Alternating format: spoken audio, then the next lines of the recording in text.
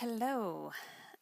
This is a bit different than in the past because I'm actually having to recreate and try to remember exactly what my reading was. Immediately after doing it on my new operating system on my phone, there was a new button that looked like it wanted to delete the existing title to replace it, which is what I thought, but it actually deleted the file. So I lost the reading, but I've just finished it. And I've tried to recover it, but it's just not there. So I will quickly go through it again so that I can keep for myself a record of what I saw and tell you what was there. But this is not a live download of the intuitive reading. So the spirit calling card reading that I pulled was clear your shadows and stretch through choosing balance. Actually, that's not what I'd said, but those are the cards in order. So clear the shadows and stretch through choosing balance. Yes, that was it. Those are the spirit calling cards, and you can see the picture below. What does that mean? The law that we're working on right now is the law of perpetual transmutation of energy. And what I'd mentioned is that's quite a mouthful. And I did not know the name of this law before I started. I took the names of the 12 laws off of a website. The only one I really knew by name, if I was asked to name a universal law, was the law of attraction. A lot of the concepts of the others I knew, but I couldn't have listed them for you. So on this site, what it says about the law of perpetual transmutation of energy is that all persons have within them the power to change the conditions of their lives. Higher vibrations consume and transform lower ones. Thus, each of us can change the energies in our lives by understanding the universal laws and applying the principles in such a way as to effect change. And that's what this whole series of mandalas has been for me.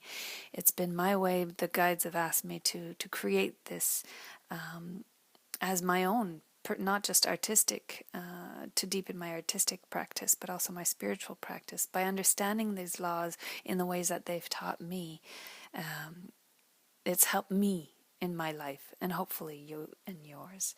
So the spirit calling card reading makes sense. Clear the shadows, stretch your choices to include balance, or stretch by choosing balance.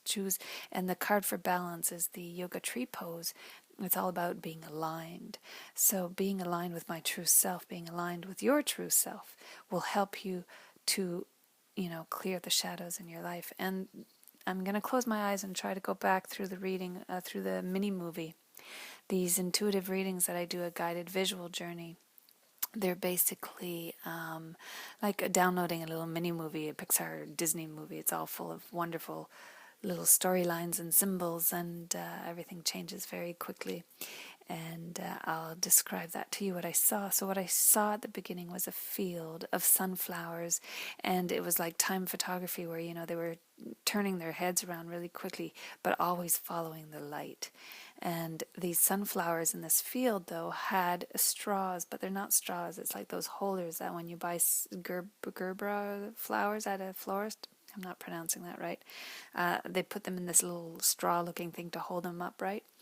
And so all of these sunflowers in the field had these straw holders, and out from the necks of these holders, like if it was coming out of the collar, that I had this heavy sensation of a weight in my chest, and it was lifting up almost as if I was going to vomit, but it was in the vision bubbles like sap, and like if I'd shaken a cola bottle and opened it, it's all this bubbly foam coming out of the top of the straw and dripping into the ground, being absorbed into the ground.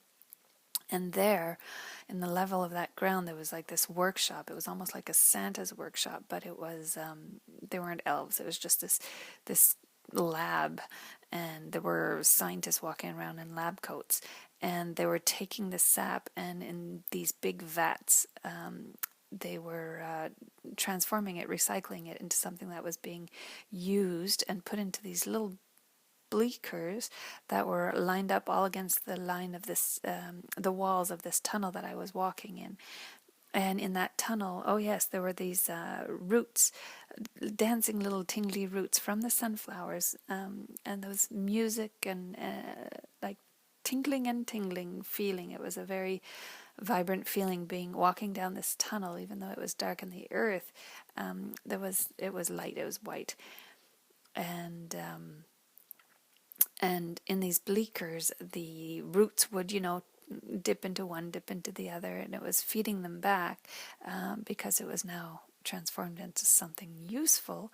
But there was also drips coming down, like a bird feeder type drip that was going into another scene. Now, how did it connect to that other scene? I don't know. So, oh yes, it was like a cave, a greenhouse. That's right. There was like this cave, it was a greenhouse, and in that greenhouse there was a lot of other plants. It was just overwhelmingly filled with plants and flowers being fed from that, but it was inside the earth still. And there was this one scientist walking around, but he was not studying the plants. He was learning from the plants, not trying to change the plants himself. So it was the other way around. The plants were informing him. Then he walked into a classroom. It was like a university type auditorium.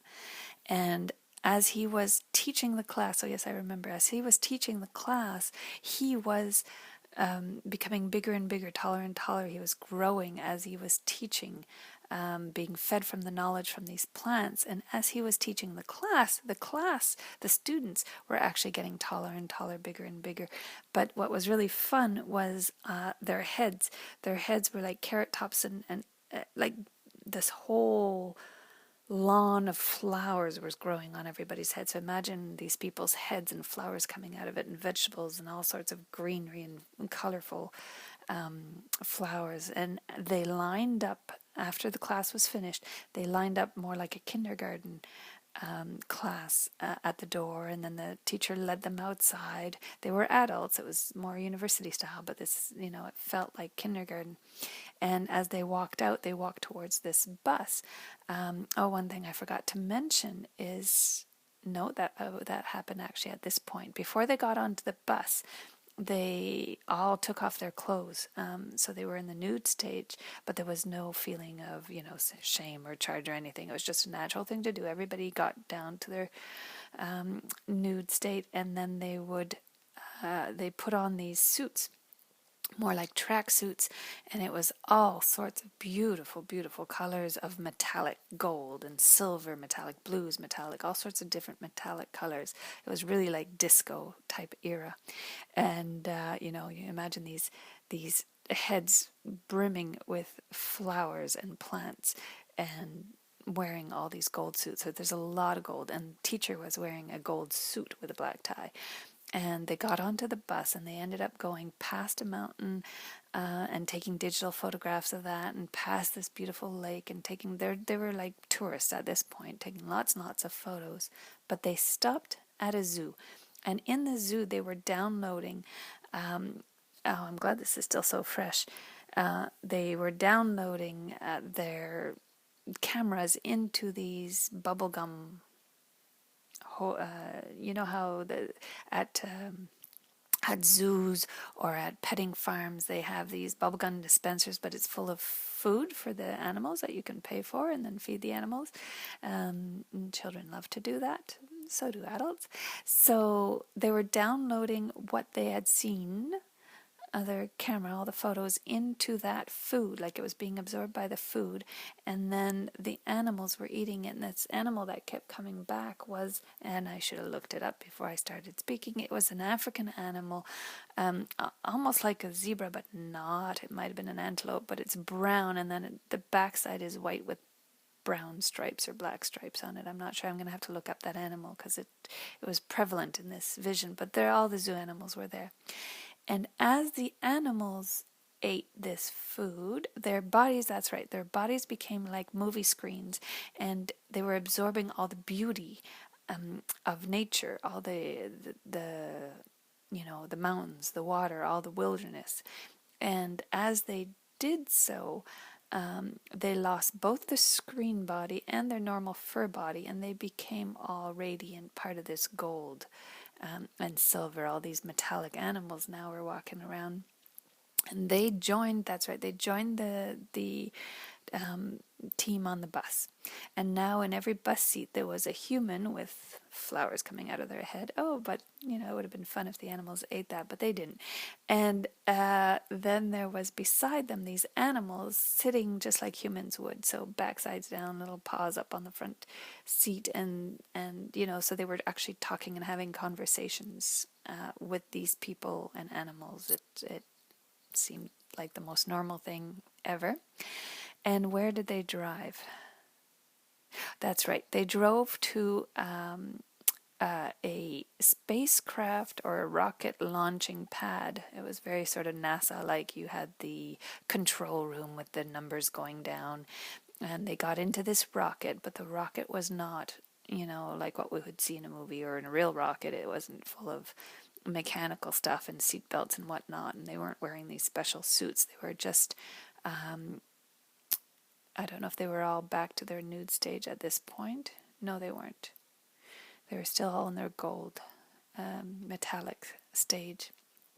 And the rocket launched. Oh, so I forgot to tell you, in the rocket, it was just like nature. Basically, it was, like paradise. That came a bit later, but basically it was just like nature. It was just the rocket was the scene. Anyways, and as the rocket launched up, it melted into the sky. Like the scene basically transformed itself from inside the rocket to this paradise. As in, all the animals were living together and with the humans, and I think this is at the stage where they all shed their clothing. They were back to their natural state. Yes, because I remember the brown and the black stripes, and the people were nude and naked again. And so it was just this paradise. And that was near the end, because that's when I asked, is this over? Do you have anything else to show me? And they all turned towards me. They all made eye contact with me and waved, and sort of said, that's it.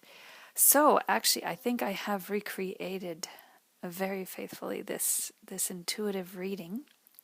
It just doesn't have the dramatic flair, or it doesn't have, the surprise of seeing things. So my voice may not have been the same, but the imagery, I believe, was 98% exactly how it was the first time around. So I apologize for the technical mistake, and actually I'm surprised I didn't take it more dramatically. Anyways, I will make sure that I do not delete it this time before downloading it to my computer and putting it on my blog. Thank you for following me. I still look forward to seeing how this turns into a mandala. I did the first time around. I always do. It's so exciting to be at the point of, oh, wow, how am I going to put this into a painting? And going through it a second time like that in my head with my eyes closed, it's taking shape. So stay tuned. Actually, you're just going to need to scroll below to see how this turned out. All right, thank you.